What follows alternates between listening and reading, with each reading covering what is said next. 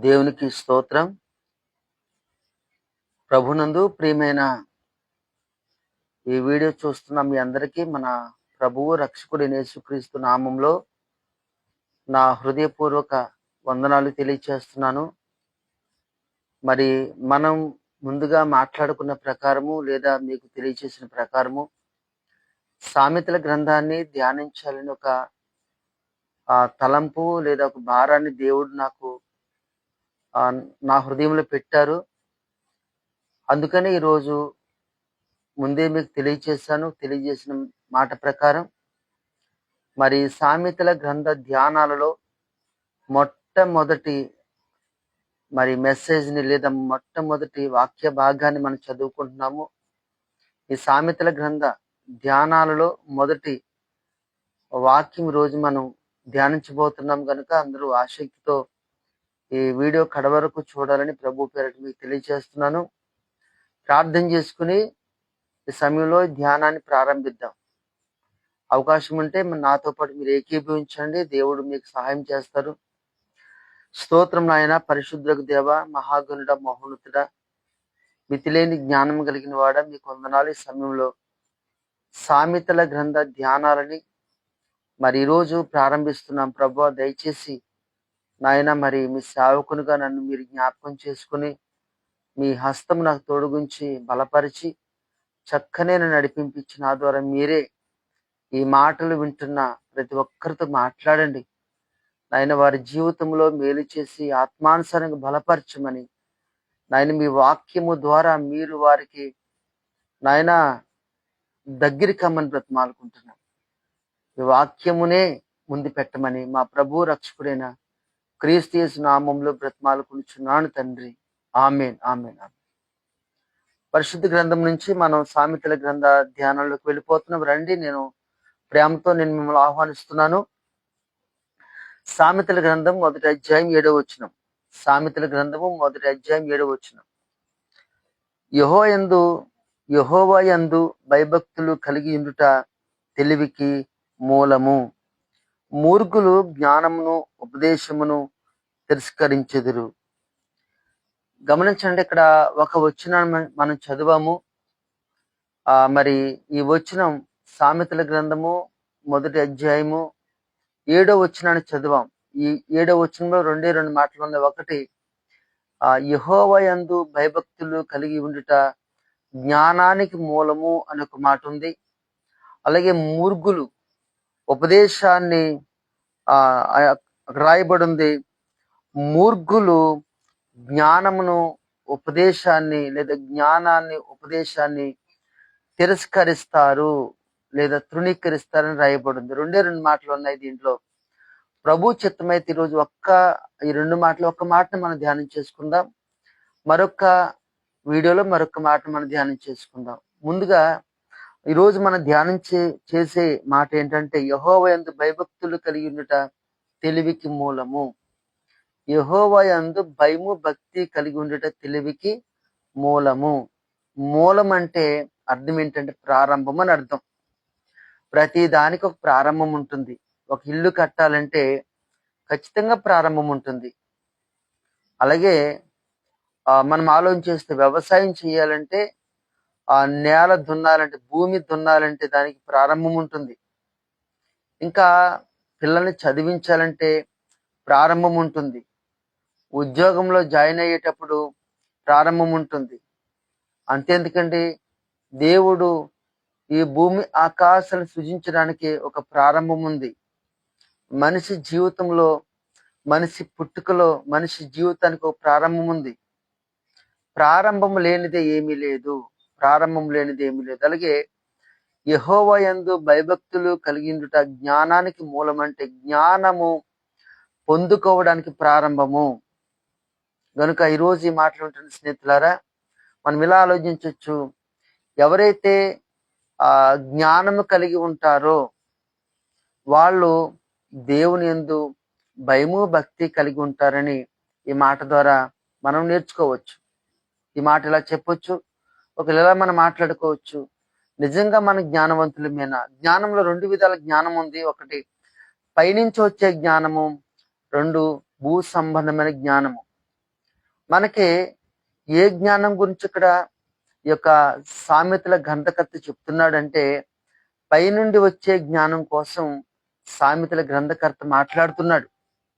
అవునండి, గమనించండి, భూ సంబంధమైన జ్ఞానం కోసం ఆయన ఏం మాట్లాడడం లేదు. అని ఏ ఏ జ్ఞానం కోసం ఆయన మాట్లాడుతున్నాడంటే, పైనుండి వచ్చే జ్ఞానం కోసము, దేవుని నుండి పొందుకునే జ్ఞానం కోసము. అందుకని ఈ రోజు ఈ మాటలు ఉంటున్న స్నేహితులారా, ప్రతి తల్లిదండ్రులు కూడా ఒక ఆశ కలిగి ఉంటారు. నా కుమారుడు జ్ఞానం కలిగి ఉండాలని, నా కుమార్తె జ్ఞానం కలిగి ఉండాలని. అలాగే దేవుని బిడ్డలారా, ప్రతి ఒక్కరికి ఆశ ఏంటంటే, నా కుటుంబంలో ప్రతి ఒక్కరు జ్ఞానం కలిగి ఉండాలి, జ్ఞానం కలిగి ఉండాలి, జ్ఞానం కలిగి ఉండాలి అని ఆశపడుతూ ఉంటారు. గనుక నిజంగా మనము జ్ఞానాన్ని ప్రేమిస్తుంటే, జ్ఞానం కలిగి ఉండాలంటే ఒక అద్భుతమైన మాట ఈ యొక్క సామెతల గ్రంథకర్త చెప్తున్నాడు. ఏంటి అంటే, మీరు జ్ఞానము కలిగి ఉండాలంటే ముందు ఒక పని చేయాలి. ఏంటి ఆ పని అంటే, దేవుని యందు భయము అలాగే భక్తి కలిగి ఉండాలి. యెహోవా యందు భయభక్తులు కలిగి ఉండితే జ్ఞానానికి మూలము లేదా జ్ఞానానికి ప్రారంభము. అయితే వినండి, జ్ఞానం అంటే ఏంటి? ఇలా మాట్లాడుకోవచ్చు మనం. ఒక వ్యక్తి చక్కని ఇల్లు కట్టుకున్నాడు అనుకుంటాం, రే చాలా జ్ఞానం కట్టాడే, అరే నిన్నగాక మొన్న వచ్చాడు, అంత ఇల్లు చాలా బాగా కట్టుకున్నాడు, జ్ఞానవంతుడే. ఒక ఒక వ్యక్తి ఒక మంచి బైక్ కొనుక్కున్నాడు లేదా మంచి కారు కొనుక్కున్నాడు. ఆ వ్యక్తి పక్కనే ఉన్న అతనితోనే పనికెళ్ళే వ్యక్తులు, అతనితోనే ఉద్యోగం చేసే వ్యక్తులు ఇల్లు కట్టలేకపోయారు. ఆ వ్యక్తి మాత్రం ఇల్లు కట్టుకున్నాడు అనుకుంటారు. అరే అందరూ ఒకే పనిలోకి వెళ్తున్నారు, ఒకే ఉద్యోగం చేస్తున్నారు, కానీ అతను చక్కగా ఇల్లు కట్టుకున్నాడు, ఇతను కట్టుకోలేకపోయాడు, అతను జ్ఞానవంతుడే. ఒకే ఫ్యాక్టరీలో పని చేస్తున్నారు, ఒకే ఆఫీసులో పని చేస్తున్నారు, కానీ అతను మంచి కారు కొనుక్కున్నాడు. అది ఇద్దరు ఒకేసారి చేరారు కదా, వీళ్ళందరూ ఒకేసారి చేరారు కదా, వీళ్ళెవరూ ఏమీ కొనుక్కోలేకపోయారు, అతను మంచి కారు కొనుక్కున్నాడు అంటే బాగానే జ్ఞానవంతుడు, జ్ఞానంగానే చేసుకుంటున్నాడు. కొన్ని సందర్భాల్లో కొంతమంది భార్య భర్తలను చూసి అనుకుంటాము, వీళ్ళు చాలా జ్ఞానంగా నడుచుకుంటున్నారు, ఎన్ని బలపరుచుకుంటున్నారో. వీళ్ళు పెళ్ళైన తర్వాత ఒక మంచి ఇల్లు కట్టుకున్నారు, ఒక మంచి ఫ్రిడ్జ్ కొనుక్కున్నారు, ఒక మంచి టీవీ కొనుక్కున్నారు, మొన్నే డబ్బులు కట్ట మంచి తెచ్చారు. అలాగే పిల్లలకేమో ఒక కాసు బంగారం కొనుక్కున్నారు, ఆ చిన్నపిల్లకేమో ఆ ఉంగరం కొన్నారు, మంచి ఉద్యోగాలే సంపాదించారు, చాలా జ్ఞానం కలిగి ఉన్నారు అని మాట్లాడుకుంటా. అంటే జ్ఞానవంతులైన వారు గమనించిన ఒబ్బిడి చేసుకుంటారు, జ్ఞానవంతులైన వారు సంపాదించుకుంటారు, జ్ఞానవంతులైన వారు సమకూర్చుకుంటారు. గమనించండి దేవుని బిడ్డలారా, జ్ఞానము సంపాదించడానికి సహాయం చేస్తుంది, జ్ఞానము సమకూర్చుకోవడానికి సహాయం చేస్తుంది, జ్ఞానము హృదిలోకి రావడానికి సహాయం చేస్తుంది. ఈరోజు మనం నిజంగా జ్ఞానవంతులమేనంటే, బైబిల్లో చూస్తే ఇక్కడ రాయబడి ఉంది, యెహోవా యందు భయభక్తులు కలిగి ఉండుట జ్ఞానమునకు మూలము లేదా జ్ఞానానికి ప్రారంభము. బైబిల్లో ఒక వ్యక్తి యెహోవా యందు భయభక్తులు కలిగి ఉన్నాడు. చూడండి, ఆ వ్యక్తి ఎలా జ్ఞానవంతుడు అనే విషయాన్ని మనం చూద్దాం, బైబిల్ నుంచి చదువుదాం. ఆదికాండం 18వ అధ్యాయము ఒకసారి 17వ వచనం చదువుదాం. ఆదికాండము 18వ అధ్యాయము 17వ వచనాన్ని నేను చదువుతున్నాను. ఒకవేళ అవకాశం ఉంటే మీ దగ్గర బైబిల్ నుండి బైబిల్ తీసుకోండి, చక్కగా నాతో పాటు మీరు కూడా చదవచ్చు, చాలా మనకి ప్రోత్సాహకరంగా ఉంటుంది. పరిశుద్ధ గ్రంథం నుంచి సామెతల గ్రంథము, క్షమించండి, ఆదికాండము 18వ అధ్యాయం 17 వచనం. మీరు ఎవరైనా చదివే వాళ్ళు ఉంటే చదవండి, చక్కగా మీకు అర్థమవుతుంది. ఆదికాండము 18వ అధ్యాయము 17 నుంచి 19 వరకు చదువుతున్నాను. అప్పుడు యెహోవా, నేను చేయబో కార్యము అబ్రహామునకు దాచెదనా? అబ్రహాము నిశ్చయముగా బలము గల గొప్ప జనమగును, అతని మూలముగా భూమిలోని సమస్త జనములను ఆశీర్వదింపబడును.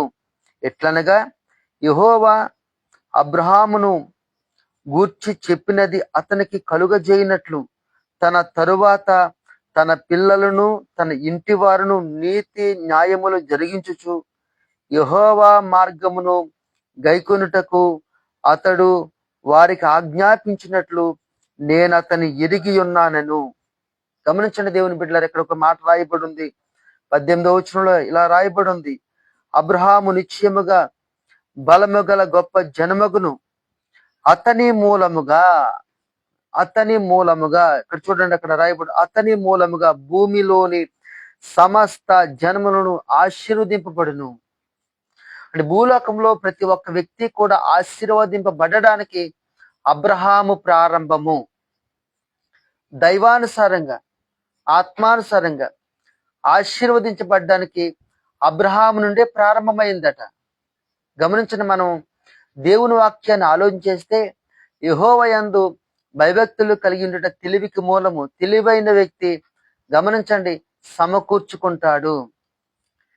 తెలివైన వ్యక్తి సంపాదించుకుంటాడు.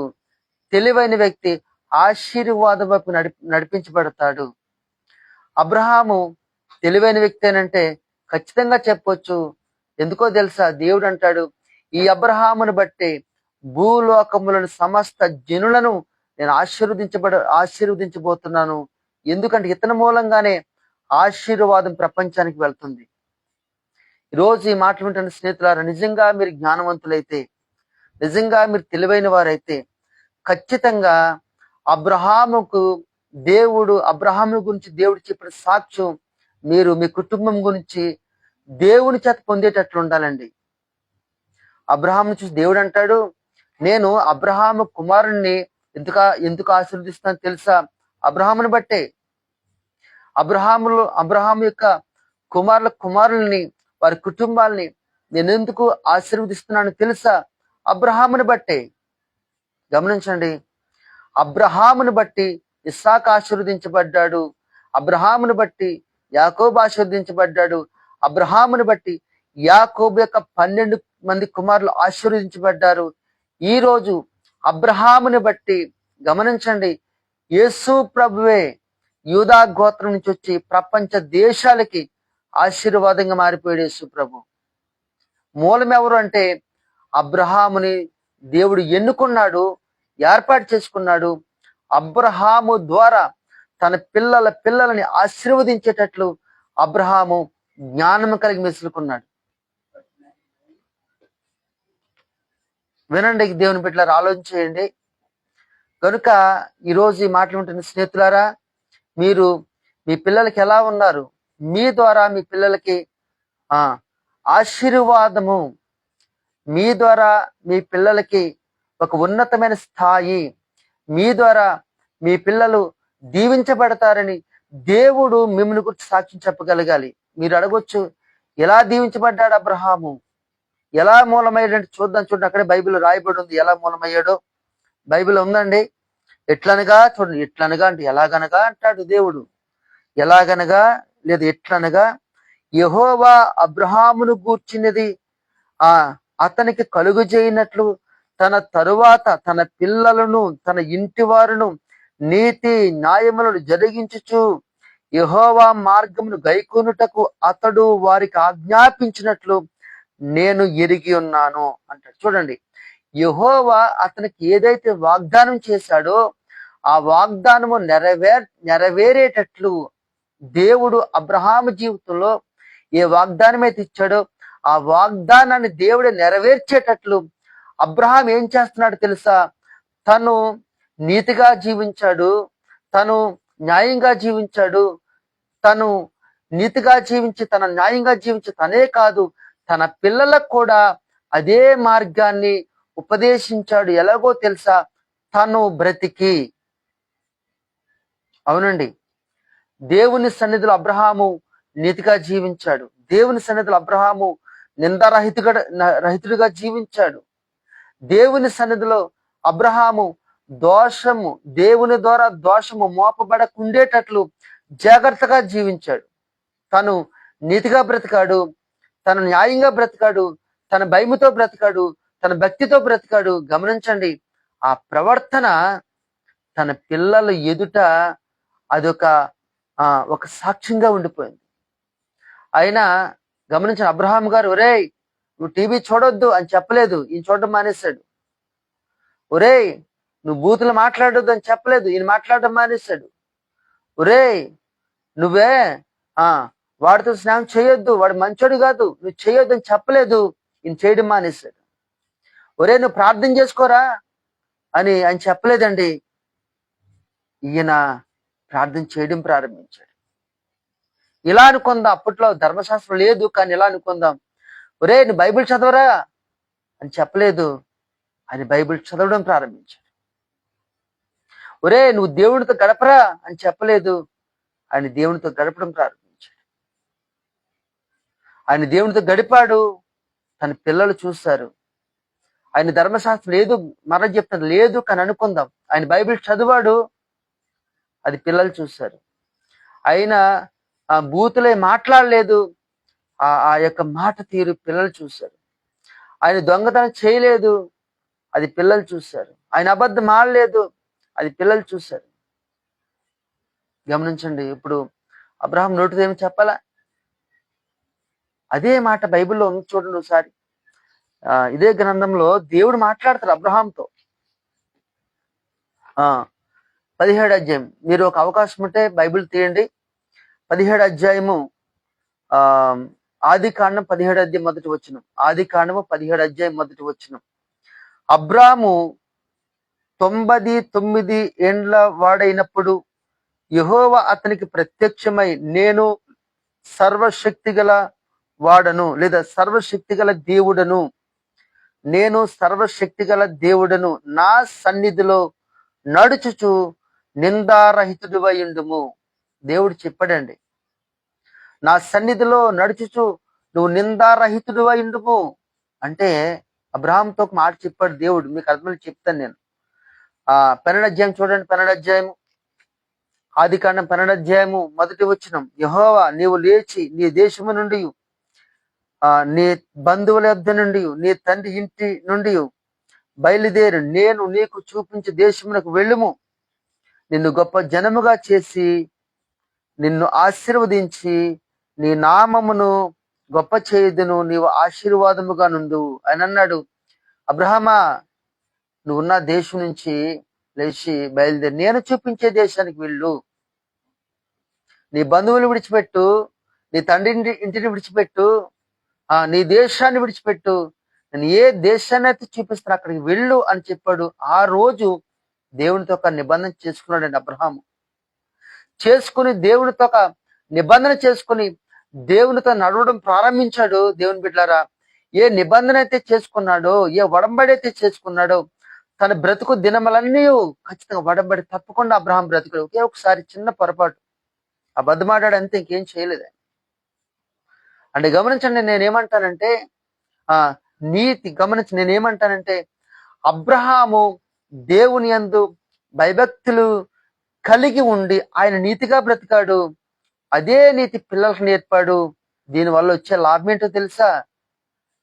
అబ్రహాముకు దేవుడిచ్చిన ఆ వాగ్దానం అబ్రహాము జీవితంలో నెరవేరడానికి అబ్రహాము ప్రవర్తనే ప్రాముఖ్యమైన అబ్రహాం గుర్తించాడండి. అబ్రహాము ఏదైతే దేవుని బిడ్డలారా చేస్తున్నాడో, నేను చేసే క్రియే నా జీవితంలో నేను దీవించబడ్డానికి దేవుడు దాన్నే వెతుకుతాడని అబ్రహాము నమ్మాడు. కనుక తన జీవితంలో గమనించండి, నీతిగా జీవించడానికి చెప్పలేదు కానీ జీవించి చూపించాడు. అందుకే అంటాడు ఆయన. మరలా చదివితే ఇక్కడ రాయబడి ఉంది కదా, 18వ అధ్యాయంలో ఇలా ఉంది కదండి, ఏమన్నా చూద్దాం చూడండి ఒకసారి. ఎట్లనగా యెహోవా అబ్రహామును గూర్చినది చెప్పినది అతనికి కలుగజేయనట్లు తన తరువాత తన పిల్లలను తన ఇంటి వారును నీతి న్యాయములు జరిగించుచు యెహోవా మార్గము గైకొనుటకు అతడు వారికి ఆజ్ఞాపించును. అబ్రహాముకి నేను ఏ వాగ్దానం అయితే ఇచ్చానో ఆ వాగ్దానము తన జీవితంలో నేను నెరవేర్చాలంటే అతను నీతిగా బ్రతకాలి, అతను ఆయన భయభక్తులతో బ్రతకాలి. అతను బ్రతికితే నేను ఇచ్చిన వాగ్దానం నెరవేరుస్తాను. అతను బ్రతుకుతూ తన పిల్లలు బ్రతికేటట్లు అతను ప్రేరేపించాలి, ప్రోత్సహించాలి అని దేవుడు చెప్పాడు. అదే క్రియ ఆ రోజు అబ్రహాం చేశాడు. బిడ్డలారా, అబ్రహాము దేవుని భయభక్తులు కలిగి ఉన్నాడు. అది తన పిల్లలు చూస్తారు. ఓ మా డాడీ భయంతో భక్తితో ఉన్నాడు దేవుని పట్ల, నేను కూడా నేర్చుకున్నాడు. అందుకనే దేవుడిచ్చిన మాట నెరవేరింది అబ్రహాం జీవితంలో. ఈరోజు ఈ మాటలు వింటున్న స్నేహితులారా, ఒకవేళ మీ పిల్లలతో మీరేం చెప్తున్నారు, రే బూతులు ఆడొద్దు అంటున్నారు, కానీ మీరు ఆడడం మానేయాలి. మీకు తెలుసా, మీరు మానేస్తే వాళ్ళు ఆటోమేటిక్ మానేస్తారు. చాలా మంది వారి పిల్లలు, రే మీరు సిగరెట్ కాల్చకూడదురా, అరే తప్పు అంటారు, కానీ వాళ్ళు కాల్చుతూ ఉంటారు. చాలా మంది అరే బైబిల్ చదివారా అంటారు, కానీ వాళ్ళు చదవరు. అరే ప్రార్థన చేసుకోవాలని అడుగుతారు, కానీ వాళ్ళు చేసుకోరు. ఎంతవరకు కరెక్ట్ అండి? మరి దేవుడు మనకిచ్చిన వాగ్దానం ఎలా నెరవేరుతుంది? జ్ఞానం అంటే అర్థం ఏంటో తెలుసా? సంపాదించుకోవడం. ఎక్కడి నుంచి? దేవుని దగ్గర నుంచి. సంపాదించుకున్న వారిని జ్ఞానవంతులు అంటారా? లేకపోతే సంపాదించుకోకుండా ఉన్నది పాడు చేసుకున్న వారు జ్ఞానవంతులు అంటారా? సంపాదించుకున్న వారిని దేవుడు అంటున్నాడు, అబ్రహామా నువ్వు నీతిగా బ్రతుకుతున్నావు గనుక నేను నీకిచ్చిన వాగ్దానం నెరవేరుస్తాను. అబ్రహాముకు ఆలోచించింది, నేను మాత్రమే కాదయ్యా, నా పిల్లలకు కూడా బ్రతికించిన కారణం ఏంటంటే నా పిల్లల జీవితంలో కూడా నీ వాగ్దానం నెరవేరాలి. ఈరోజు ఈ మాటలు వింటున్న స్నేహితులారా, మీరు నిజంగా జ్ఞానవంతులైతే మీరు నీతిగా బ్రతుకుతారు. ఎప్పుడో తెలుసా? ఇంట్లో కూడా బ్రతుకుతారు. మీ నీతి ప్రవర్తన మీ పిల్లలు చూసి, మీ ప్రవర్తన చూసి మారేటట్లు మీరు జీవిస్తారు. మీరు బైబిల్ చదువుతారు, మీ పిల్లలు చదివేటట్లు మీరు చదవడం ద్వారా ప్రేరేపిస్తారు. మీరు దేవుని సన్నిధిలో ప్రార్థన చేసుకుంటారు, మీరు చేసుకోవడం ద్వారా మీ పిల్లలు ప్రేరేపిస్తారు. మీరు మంచి వారితో స్నేహం చేస్తారు, అలా మంచి వారితో, నీతిమంతులతో, భక్తులతో స్నేహం చేయడం ద్వారా మీ పిల్లలు వారు కూడా మంచి వారితో స్నేహం చేస్తారు. మీకు తెలుసా దేవుడు పరిపాలన ఎలాంటి పరిపాలన తెలుసా? చూద్దాం, చూడండి, బైబిల్లో మాట ఉంది. దేవుడు ఎలాంటి వాడు, ఆయన ఎలాంటి వారిని దీవిస్తాడంటే చూద్దాం. నేను పరిశుద్ధ గ్రంథంలో మాట మీకు చెప్పడానికి నా వంతుని ప్రయత్నం చేస్తాను. చూడండి, మీకు బైబిల్ ఉంటే బైబిల్ నుంచి ఈ వచనాన్ని మీరు తీయొచ్చు. కీర్తన గ్రంథము 89 అధ్యాయము, కీర్తన గ్రంథం 89 అధ్యాయము 14 వచనం చదువుదాం. కీర్తన గ్రంథము 89:14. మీకు అవకాశం ఉంటే ఈ వచనాలు మీరు చదవచ్చండి. కీర్తన గ్రంథము 89:14 చదువుతున్నాను. నీతి న్యాయములు నీ సింహాసనమునకు ఆధారములు, కృపా సత్యములు నీ సన్నిధానవర్తులు. వినండి దేవుని బిడ్డలారా, నీతి న్యాయములు నీ సింహాసనమునకు ఆధారములు. వినండి, సింహాసనం అంటే ఏంటి అంటే, గమనించండి, ఒక దేశాన్ని పరిపాలించే ఒక రాజు సింహాసనం మీద కూర్చుంటాడు. ఆ సింహాసనం దేని సాదృశ్యమో? పరిపాలనకు సాదృశ్యము. పరిపాలించే వ్యక్తి సింహాసనం మీద కూర్చుంటాడు, మళ్ళంటి వాళ్ళు కుర్చీలో కూర్చుంటారు. అంటే దేవుడు అంటాడు, భక్తుడు అంటున్నాడు, నీతి న్యాయములు నీ సింహాసనమునకు ఆధారములు. అంటే ఇలా మాట్లాడొచ్చు, దేవా నీ పరిపాలనలో నీతి న్యాయమునే జరిగిస్తూ ఉంటావు. నీ పరిపాలన, నీ రాజ్యంలో నీతిని జరిగిస్తావు, నీ రాజ్యంలో న్యాయాన్ని జరిగిస్తావు. నీతి అంటే ఏంటండి? నీతి అంటే ఏంటండి? ఒక మాటలో చెప్పి ప్రార్థన చేస్తాను. నీతి అంటే అర్థం ఏంటంటే, నేను ఎలా అంటాను, ఒక వ్యక్తితో చెప్పాను, అయ్యా నేను నీకు పలానా రోజుని డబ్బులు ఇచ్చేస్తాను, నాకు ఒక 10,000 ఇమ్మని అడిగాను. సరే, ఆ వ్యక్తి సరే ఇస్తారా? ఇస్తానని చెప్పాను కదా అంటే, ఆ వ్యక్తి కష్టకాలంలో పట్టుకొచ్చి 10,000 ఇచ్చాడు నాకు. ఖచ్చితంగా 2 నెలలు గడువు పెట్టాను, 2 నెలలు రానే వచ్చింది. ఈ లోపు నాకు పెద్ద కష్టం వచ్చి పడింది. అంతకంటే పెద్ద కష్టం వచ్చి పడితే అప్పుడు వ్యక్తి దగ్గరికి వెళ్ళి, అయ్యా నీకు ఇస్తానన్నాను కానీ నా స్థితిగతులు బాగాలేవు, ఇవ్వలేకపోయాను అంటే నేను నీతిమంతున్నా?